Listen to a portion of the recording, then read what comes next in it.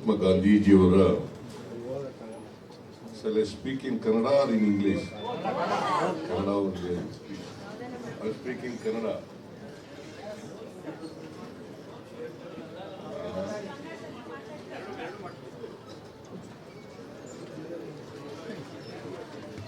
Most of the audience who are here, they are all Kannadigas. That is why I speak in Kannada only. Though it is an international seminar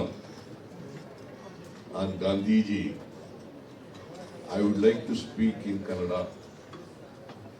Many people who are from other parts of the state, they may not understand Kannada, but still, with Ramchandra Rakhi, we speak in English or in English.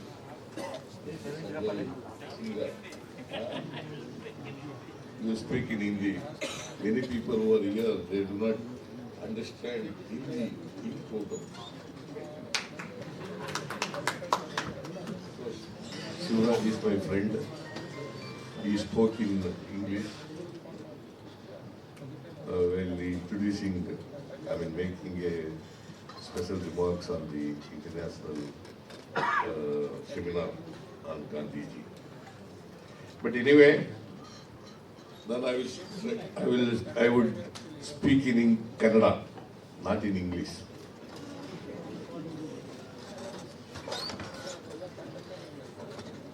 ಈ ಸಮಾರಂಭದ ಅಧ್ಯಕ್ಷತೆ ವಹಿಸಿರ್ತಕ್ಕಂಥ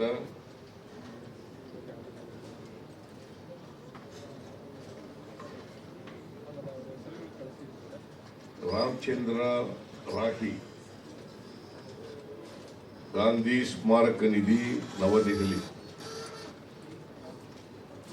ಅದರ ಅಧ್ಯಕ್ಷರಾಗಿರ್ತಕ್ಕಂಥವರು. ಅವರು ಇವತ್ತು ಈ ಅಂತಾರಾಷ್ಟ್ರೀಯ ವಿಚಾರ ಸಂಕಿರಣದ ಅಧ್ಯಕ್ಷತೆಯನ್ನು ವಹಿಸಿದ್ದಾರೆ. ಆಮೇಲೆ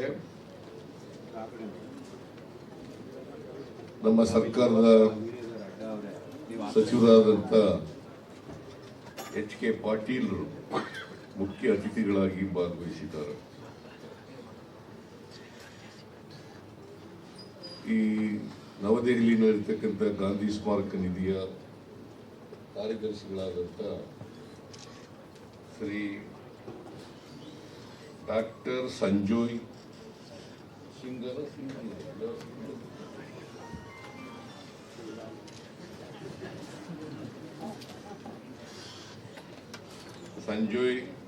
ಸಿಂಗ್ ಭಾಗವಹಿಸಿದ್ದಾರೆ. ಆಮೇಲೆ ನಮ್ಮ ವಿಶ್ವಕುಮಾರ್ ಅವರು ಕೂಡ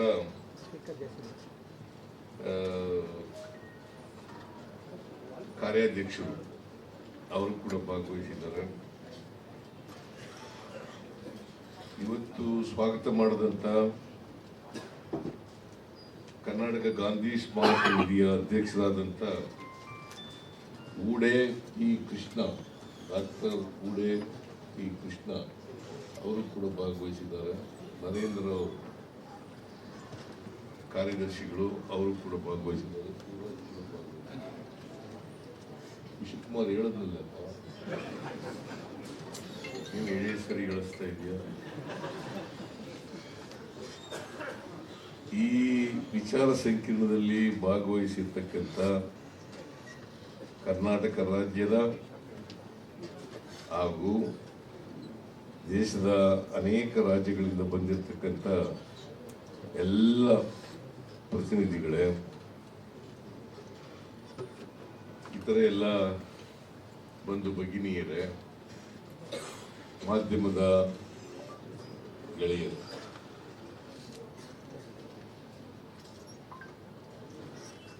ಈ ಮಹಾತ್ಮ ಗಾಂಧೀಜಿಯವರ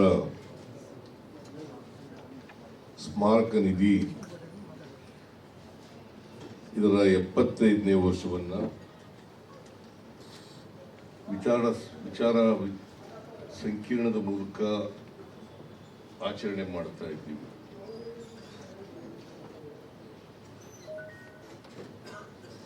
ಈಗಾಗಲೇ 75ನೇ ವರ್ಷಕ್ಕೆ ನಾವು ಕಾಲಿಟ್ಟಿದ್ದೀವಿ. 74 ವರ್ಷಗಳು ತುಂಬಿದೆ. ಈ ಪ್ರಯುಕ್ತ 2 ದಿನಗಳ ವಿಚಾರ ಸಂಕಿರಣವನ್ನು ಏರ್ಪಾಡು ಮಾಡಿಕೊಳ್ಳಿ. ಇವತ್ತು ಮತ್ತು ನಾಳೆ ವಿಚಾರ ಸಂಕಿರಣ ವಿಷಯ ಇವತ್ತು ಚರ್ಚೆ ಮಾಡ್ತಕ್ಕಂಥದ್ದು 21ನೇ ಶತಮಾನಕ್ಕೆ ಬೇಕಾದ ಗಾಂಧಿ ಅನ್ನೋ ವಿಚಾರದ ಮೇಲೆ ವಿಚಾರ ಸಂಕಿರಣ ನಡೀತಾರೆ. ನಾನು ಈ ಕಾರ್ಯಕ್ರಮ 10 ಗಂಟೆಗೆ ಪ್ರಾರಂಭ ಆಗಬೇಕಾಗಿತ್ತು. ಆದರೆ ದಿಲ್ಲಿಯಿಂದ ನಾನು ಬಂದದ್ದು ರಾತ್ರಿ 2 ಗಂಟೆಗೆ. ಸೊ ಹಾಗಾಗಿ ಸ್ವಲ್ಪ ನಿದ್ದೆ ಬರೋದು ಹೇಳೋದು ಎಲ್ಲ ತಡ ಆಯಿತು. ಹಾಗಾಗಿ ಈ ಕಾರ್ಯಕ್ರಮಕ್ಕೂ ಕೂಡ ತಡವಾಗಿ ಬಂದಿದ್ದೇನೆ. ನಿಮ್ಮೆಲ್ಲರಲ್ಲಿ ಕ್ಷಮೆ ಕೋರ್ಲಿಕ್ಕೆ ಬಯಸ್ತಾ ಇದ್ದೇನೆ.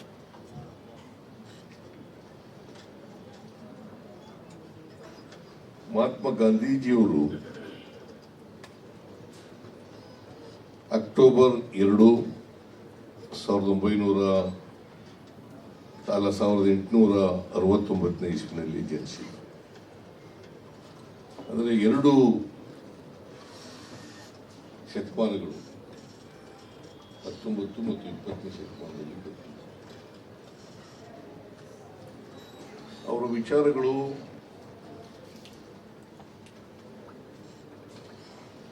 ಈ ಸಮಾಜಕ್ಕೆ ನೀಡಿದಂಥ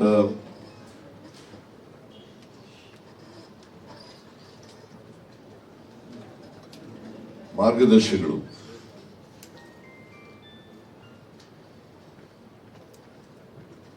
ಅವರ ಪ್ರಸ್ತುತತೆ ಬರೀ 19ನೇ ಶತಮಾನಕ್ಕೆ 20ನೇ ಶತಮಾನಕ್ಕೆ ಸೀಮಿತ ಆಗಿರಲಿಲ್ಲ. ಇವತ್ತು ಕೂಡ ಪ್ರಸ್ತುತ ಅಂತಕ್ಕಂಥದ್ದನ್ನು ನಾವು ಮರೀಲಿಕ್ಕೆ ಸಾಧ್ಯ ಇಲ್ಲ. ಗಾಂಧಿಯನ್ನ ಮರೆತರೆ ಇಡೀ ಸಮಾಜವನ್ನೇ ಮರೆತಾಗ್ತದೆ, ಇಡೀ ವಿಶ್ವವನ್ನೇ ಮರೆತಾಗ್ತದೆ. ಅದರಿಂದ ಮಹಾತ್ಮ ಗಾಂಧೀಜಿಯವರ ವಿಚಾರಗಳನ್ನ ನಾವು ಮೆಲ್ಕಾಕ್ಬೇಕಾಗಿರ್ತಕ್ಕಂಥದ್ದು, ಆ ದಾರಿನಲ್ಲಿ ನಡೀತಕ್ಕಂಥ ಪ್ರಯತ್ನಗಳನ್ನು ಮಾಡಬೇಕಾಗಿರ್ತಕ್ಕಂಥದ್ದು ಅತ್ಯಂತ ಅವಶ್ಯಕ ಅಂತೇಳಿ ನನಗನ್ಸುತ್ತೆ. 21ನೇ ಶತಮಾನಕ್ಕೆ ನಾವು ಇಡೀ ವಿಶ್ವವನ್ನು ನೋಡಿದಾಗ ಇವತ್ತು ಗಾಂಧೀಜಿಯವರು ಬಯಸಿದಂಥ ಸಮಾಜ ನಿರ್ಮಾಣ ಆಗ್ತದೋ ಇಲ್ವೋ ಅಂತಕ್ಕಂಥ ಅನುಮಾನ ಪ್ರತಿಯೊಬ್ಬರಲ್ಲಿ ಬರಲಿಕ್ಕೆ ಸಾಧ್ಯ ಆಗ್ತದೆ. ಗಾಂಧೀಜಿಯವರು ಶಾಂತಿ, ನ್ಯಾಯ, ಭ್ರಾತೃತ್ವ ಇದರಲ್ಲಿ ಅಪಾರವಾದಂಥ ನಂಬಿಕೆಯನ್ನು ಇಟ್ಟುಕೊಂಡು ನಮಗೆ ತಿಳಿಸ್ತಕ್ಕಂಥ ಪ್ರಯತ್ನವನ್ನು ಮಾಡಿ ಶಾಂತಿ, ನ್ಯಾಯ ಮತ್ತು ಭ್ರಾತೃತ್ವ ಇವುಗಳನ್ನ ನಾವು ಮಾಡಬೇಕಾಗ್ತದೆ. ಇವತ್ತು ನಾವೆಲ್ಲರೂ ಕೂಡ ಇಡೀ ಜಗತ್ತು ಒಂದು ಕುಟುಂಬ ಅಂತ ಹೇಳ್ತೀವಿ. ನಾವು ಜಗತ್ತೇ ಒಂದು ಕುಟುಂಬ ಅಂತ ಹೇಳ್ತೀವಿ. ನಾವೆಲ್ಲ ಕೂಡ ಮನುಷ್ಯರು, ಆಲ್ ಹ್ಯೂಮನ್ ಬೀಯಿಂಗ್ಸ್. ನಾವು ಪರಸ್ಪರ ಪ್ರೀತಿಸಬೇಕೇ ಹೊರತು ಯಾರನ್ನು ಕೂಡ ದ್ವೇಷಿಸಬಾರದು.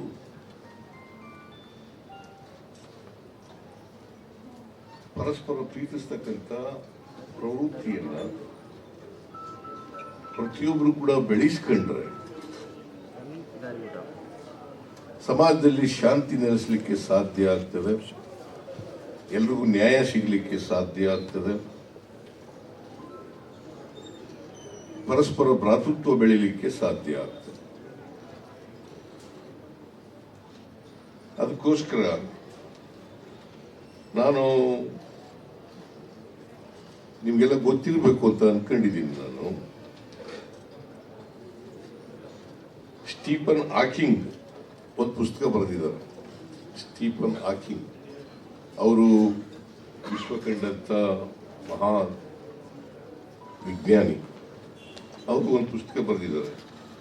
ಆ ಪುಸ್ತಕದ ಹೆಸರು ಏನಪ್ಪಾ ಅಂತಂದ್ರೆ brief answers to the big questions. Brief answers to the big questions. ಅದರಲ್ಲಿ ಬಹಳ ವಿವರವಾಗಿ ಹೇಳಿದ್ದಾರೆ. 5 ಪ್ರಮುಖವಾಗಿ ಕಾರಣಗಳನ್ನ ಕೊಟ್ಟು ಮನುಷ್ಯ ಅಂತಕ್ಕಂಥ ಜೀವಿ ಉಳಿಬೇಕಾದ್ರೆ ಬೇರೆ ಗ್ರಹಗಳನ್ನು ಹುಡುಕೊಂಡು ಹೋಗ್ಬೇಕಾದಂತ ಪರಿಸ್ಥಿತಿ ಬರಬಾರದು. ಈ ಗ್ರಹದಲ್ಲೇ ಉಳಿಬೇಕು ಅನ್ನೋದಾದ್ರೆ, ಈ ಭೂಮಿ ಮೇಲೆ ಉಳಿಬೇಕು ಅನ್ನೋದಾದ್ರೆ ನಾವೆಲ್ಲರೂ ಕೂಡ ಪರಸ್ಪರ ಪ್ರೀತಿ ವಿಶ್ವಾಸದಿಂದ ಮನುಷ್ಯರಾಗಿ ಬಾಳ್ತಕ್ಕಂಥ ಪ್ರಯತ್ನವನ್ನು ಮಾಡಬೇಕು. ಇಲ್ಲಿ ಹೋದ್ರೆ ಸಮಾಜದಲ್ಲಿ ಕ್ಷೋಭೆ ಶುರುವಾಗಿ ಇಡೀ ಸಮಾಜವೇ ಅಳಿತಕ್ಕಂಥ ಪರಿಸ್ಥಿತಿ ನಿರ್ಮಾಣ ಆಗ್ತದೆ ಅಂತಕ್ಕಂಥದ್ದನ್ನ ಬಹಳ ಸ್ಪಷ್ಟವಾಗಿ ಸ್ಟೀಫನ್ ಹಾಕಿಂಗ್ ಅವರು ಹೇಳಿದ್ದಾರೆ. ಅವರು ಅನೇಕ ಆತಂಕಗಳನ್ನ ವ್ಯಕ್ತ ಮಾಡಿದ್ದಾರೆ. ಅವರ ಪುಸ್ತಕದಲ್ಲಿ ಅನೇಕ ಆತಂಕಗಳನ್ನ ವ್ಯಕ್ತ ಮಾಡಿದ್ದಾರೆ. ಇವತ್ತು ಕೋಮು ಸೌಹಾರ್ದತೆ ಇದೆಯಲ್ಲ, ಆ ಕೋಮು ಸೌಹಾರ್ದತೆ ಉಳಿಬೇಕು. ಕೋಮು ಸೌಹಾರ್ದತೆ ಉಳಿಬೇಕು. ಈ ಕೋಮು ಸೌಹಾರ್ದತೆ ಉಳಿದೇ ಹೋದ್ರೆ ಸಮಾಜದಲ್ಲಿ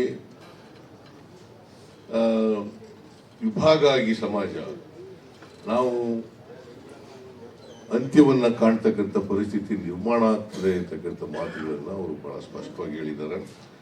ಅದರಲ್ಲಿ ಬಹಳ ಮುಖ್ಯವಾಗಿ ಜಗತ್ತಿನಲ್ಲಿ ಮನುಷ್ಯರ ನಡುವೆ ಅಸಹನೆ ಹೆಚ್ಚುತ್ತಿದೆ.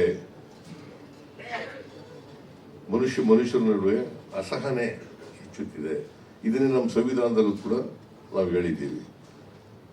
ಬಹಳ ಸ್ಪಷ್ಟವಾಗಿ ಇನ್ನೊಂದು ಧರ್ಮದವರ ಬಗ್ಗೆ ಸಹಿಷ್ಣುತೆ ಬೆಳೆಸ್ಕೊಳ್ತಕ್ಕಂಥ ಪ್ರಯತ್ನವನ್ನು ಮಾಡಬೇಕು.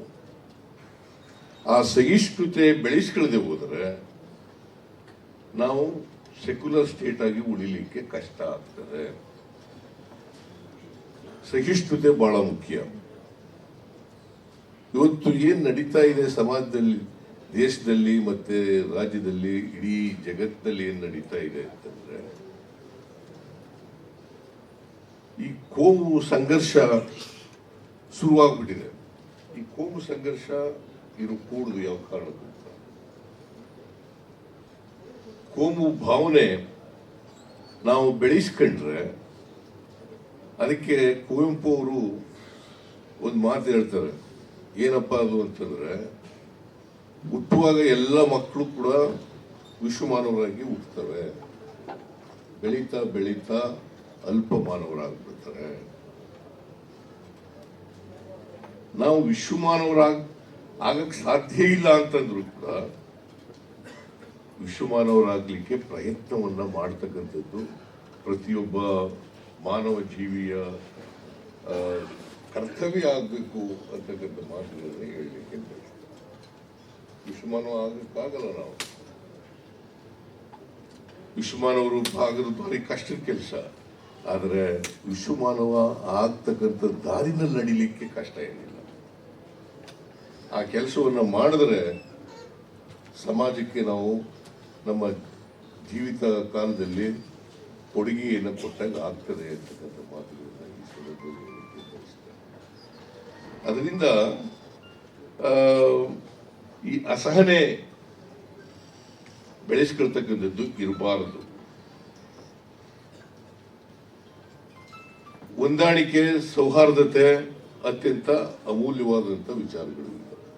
ಎಲ್ಲರ ಜೊತೆಲೂ ಕೂಡ ಹೊಂದಾಣಿಕೆ ಮಾಡ್ಕೊಂಡು ಬಾಳ್ತಕ್ಕಂಥ ಸೌಹಾರ್ದತೆಯಿಂದ ಮಾಡ್ತಕ್ಕಂಥ ವಾತಾವರಣವನ್ನು ನಿರ್ಮಾಣ ಮಾಡ್ತಕ್ಕಂಥದ್ದು ಅತ್ಯಂತ ಅವಶ್ಯ. ಇವತ್ತು ಮನುಷ್ಯನ ಸ್ವಯಂಕೃತ ಅಪರಾಧಗಳಿಂದ ಜಾಗತಿಕ ತಾಪಮಾನ ಜಾಸ್ತಿ ಆಗ್ತಾ ಇದೆ. ನಮ್ಮ ದುರಾಶೆಗಳಿಂದ. ಅದಕ್ಕೆ ಗಾಂಧೀಜಿಯವರು ಏನು ಹೇಳಿದ್ದಾರೆ ಅಂತಂದ್ರೆ, ನಮ್ಮ ಪ್ರಕೃತಿ ನಮ್ಮ ಅಗತ್ಯತೆಗಳನ್ನ ಪೂರೈಸ್ತದೆ ಹೊರತು ನಮ್ಮ ದುರಾಶೆಗಳನ್ನಲ್ಲ. ಮನುಷ್ಯನಿಗೆ ಏನೇನು ಅಗತ್ಯಗಳಿದೆ ಅವುಗಳನ್ನ ಪ್ರಕೃತಿ ಪೂರೈಸ್ತದೆ, ಆದರೆ ನಾವು ದುರಾಸೆಗಳನ್ನಲ್ಲ, ನಮ್ಮ ದುರಾಸೆಗಳನ್ನೆಲ್ಲ ಪ್ರಕೃತಿ ಪೂರೈಸಲಿಕ್ಕೆ ಸಾಧ್ಯ ಇಲ್ಲ. ಇದನ್ನ ಬಹಳ ಸ್ಪಷ್ಟವಾಗಿ ಅರ್ಥ ಮಾಡ್ಕೋಬೇಕಾಗುತ್ತೆ. ಮನುಷ್ಯ ದುರಾಸೆಗಳಿಂದ ಇವತ್ತು ಪ್ರಕೃತಿಯನ್ನ ನಾಶ ಮಾಡ್ತಕ್ಕಂಥ ಪ್ರಯತ್ನಗಳು ನಡೀತಾ ಇದ್ದಾವೆ. ಅದರಿಂದಲೇ ಇವತ್ತು ಕೇರಳದಲ್ಲಿ ನಡೆದಿರ್ತಕ್ಕಂಥ ಘಟನೆ, ಮತ್ತೆ ಶಿರೂರಿನಲ್ಲಿ ನಡೆದಿರ್ತಕ್ಕಂಥ ಘಟನೆ, ಇವತ್ತೆಲ್ಲ ನಾವು ಅಭಿವೃದ್ಧಿ ಹೆಸರಿನಲ್ಲಿ ಪ್ರಕೃತಿಯನ್ನು ಹಾಳು ಮಾಡ್ತಕ್ಕಂಥ ಕೆಲಸವನ್ನು ಮಾಡ್ತಾ ಇದ್ದೀವಿ. ಹಾಗಾಗಿ ಇಂಥ ದುರ್ಘಟನೆಗಳು ನಡೀತಕ್ಕಂಥದ್ದು ಕೂಡ ಇದೆ ಅಂತಕ್ಕಂಥದ್ದು. ಅದಕ್ಕೆ ಮನುಷ್ಯನ ದುರಾಶೆಯಿಂದ, ಮನುಷ್ಯನ ತಪ್ಪು ಕೃತಿಗಳಿಂದ ಇಂಥ ಜಾಗತಿಕ ತಾಪಮಾನ ಹೆಚ್ಚಾಗ್ತದೆ. ಹಾಗಾಗಿ ಭೂಮಿ ವೇಗವಾಗಿ ಬಿಸಿಯಾಗ್ತದೆ. ಭೂಮಿ ವೇಗವಾಗಿ ಬಿಸಿಯಾಗ್ತದೆ ಮತ್ತು ಹಿಂದಿಗಿಂತ ಬರ ಮತ್ತು ಪ್ರವಾಹಗಳು ಬರಲಿಕ್ಕೆ ಜಾಸ್ತಿ ಆಗ್ತದೆ. ನನಗೆ ಹೇಳಿದ್ರು ಕೆಲವರು ಜನ, ಮೌಢ್ಯಗಳನ್ನ ಕಂದಾಚಾರಗಳನ್ನು ನಂಬ್ಕೊಳ್ತಕ್ಕಂಥ ಜನ ಹೇಳಿದ್ರು, ಸಿದ್ದರಾಮಯ್ಯನವರ ಅಧಿಕಾರಕ್ಕೆ ಬಂದಾಗ ಬರಗಾಲ ಬರ್ತದೆ, ಪ್ರವಾಹ ಬರ್ತದೆ, ಬರಗಾಲ ಬರ್ತದೆ ಅಂತ ಹೇಳಿ ಅನೇಕ ಜನರಲ್ಲಿ ಈ ಮೌಢ್ಯಗಳನ್ನು ಬಿತ್ತಕ್ಕಂಥ ಪ್ರಯತ್ನವನ್ನು ಮಾಡ್ತಾರೆ. ಹಾಗಾದ್ರೆ ಈಗ ಯಾಕೆ ಮಳೆ ಆಗಿದೆ? ನಾನೇ ಚೀಫ್ ಮಿನಿಸ್ಟರ್ ಅಲ್ಲ, ಈಗ ಸಿದ್ದರಾಮಯ್ಯನವರ ಕಾಲು ಗುಣದಿಂದ ಬರ ಬಂದ್ಬಿಡ್ತದೆ. ಅದು ಏನು ಸಾರ್ವಜನಿಕ ಜೀವನದಲ್ಲಿ ಇರ್ತಕ್ಕಂಥವ್ರು ಹೇಳ್ತಕ್ಕಂಥ ಮಾತುಗಳು ಇವು. ನಾನ್ ಚೀಫ್ ಮಿನಿಸ್ಟರ್ ಆಗಿರ್ಲಿ, ಇನ್ನೊಬ್ಬ ಚೀಫ್ ಮಿನಿಸ್ಟರ್ ಆಗಿರ್ಲಿ, ಅಥವಾ ಇನ್ಯಾರೇ ಚೀಫ್ ಮಿನಿಸ್ಟರ್ ಆಗಿರ್ಲಿ, ಪ್ರಕೃತಿ ವಿಕೋಪ ಬರಲಿಕ್ಕೆ ಆದರೆ ನಾವು ಇದಕ್ಕೆ ಯಾರೋ ವ್ಯಕ್ತಿ ಜವಾಬ್ದಾರರು, ಯಾರಿಂದಲೋ ಬಂದಿದೆ ಇದು ಅಂತ ಹೇಳ್ತಕ್ಕಂಥದ್ದಿಲ್ಲ. ಇದು ಜನರಲ್ಲಿ ಮೌಢ್ಯಗಳನ್ನ ಬಿತ್ತಕ್ಕಂಥ, ಅವರಲ್ಲಿ ಈ ರೀತಿಯಾದಂಥ ಭಾವನೆಗಳು ನಿರ್ಮಾಣ ಮಾಡತಕ್ಕಂಥ ಒಂದು ಕುಟಿಲ ಪ್ರಯತ್ನ ಅಂತಕ್ಕಂಥ ಮಾತುಗಳನ್ನು ಹೇಳಲಿಕ್ಕೆ ಬಯಸ್ತಾ ಇದ್ದಾನೆ. ಅದರಿಂದ ನಾವು ಯಾರು ಕೂಡ ಇಂಥ ವೈಜ್ಞಾನಿಕವಾಗಿ ಯೋಚನೆ ಮಾಡ್ತಕ್ಕಂಥ, ವೈಚಾರಿಕವಾಗಿ ಯೋಚನೆ ಮಾಡ್ತಕ್ಕಂಥ ಕೆಲಸವನ್ನು ಮಾಡಬೇಕಾಗ್ತದೆ. ಯಾರಿಗೆ ವೈಚಾರಿಕ, ಅದಕ್ಕೆ ನಾನು ಅನೇಕ ಸಾರಿ ಹೇಳ್ತಾ ಇರ್ತೀನಿ, ನಮ್ಮ ಶಿಕ್ಷಣ ಇದೆಯಲ್ಲ ವೈಚಾರಿಕತೆಯನ್ನು ಬೆಳೆಸೋದಿಲ್ಲ, ನಮಗೆ ವೈಜ್ಞಾನಿಕತೆಯನ್ನು ಬೆಳೆಸೋದಿಲ್ಲ. ಬಹಳ ಜನ ಮೆಡಿಕಲ್ ಓದಿರ್ತಾರೆ, PhD ಮಾಡಿರ್ತಾರೆ, ವಿಜ್ಞಾನ ಓದಿರ್ತಾರೆ, ಅವರು ಕೂಡ ಮೌಢ್ಯಗಳನ್ನ ಆಚರಣೆ ಮಾಡ್ತಕ್ಕಂಥ ಕೆಲಸವನ್ನು ಮಾಡ್ತಾರೆ. ಬಹಳ ಜನ ಈಗ ಬಸವನ ಕಾಲದಲ್ಲೇ, ಆ ಬುದ್ಧನ ಕಾಲದಲ್ಲೇನೆ ಕಂದಾಚಾರ ತಿರಸ್ಕಾರ ಮಾಡಿದ್ರು. ಕರ್ಮ ಸಿದ್ಧಾಂತವನ್ನ ತಿರಸ್ಕಾರ ಮಾಡಿದ್ರು ಅಲ್ಲ. ಈಗ ಮತ್ತೆ ಕರ್ಮ ಸಿದ್ಧಾಂತವನ್ನ ನಂಬ್ಕೊಳ್ತಕ್ಕಂಥದ್ದು ಇದೆಯಲ್ಲ, ಅದು ಅಪಾಯಕಾರಿ ಅಂತಕ್ಕಂಥದ್ದನ್ನ ಅರ್ಥ ಮಾಡ್ಕೊಳ್ಬೇಕಾಗ್ತದೆ. ನೀನ್ ಯಾಕಪ್ಪ ಹಿಂಗಾಗಿದ್ಯಾ, ನಿನಗೆ ಬಟ್ಟೆ ಇಲ್ಲ,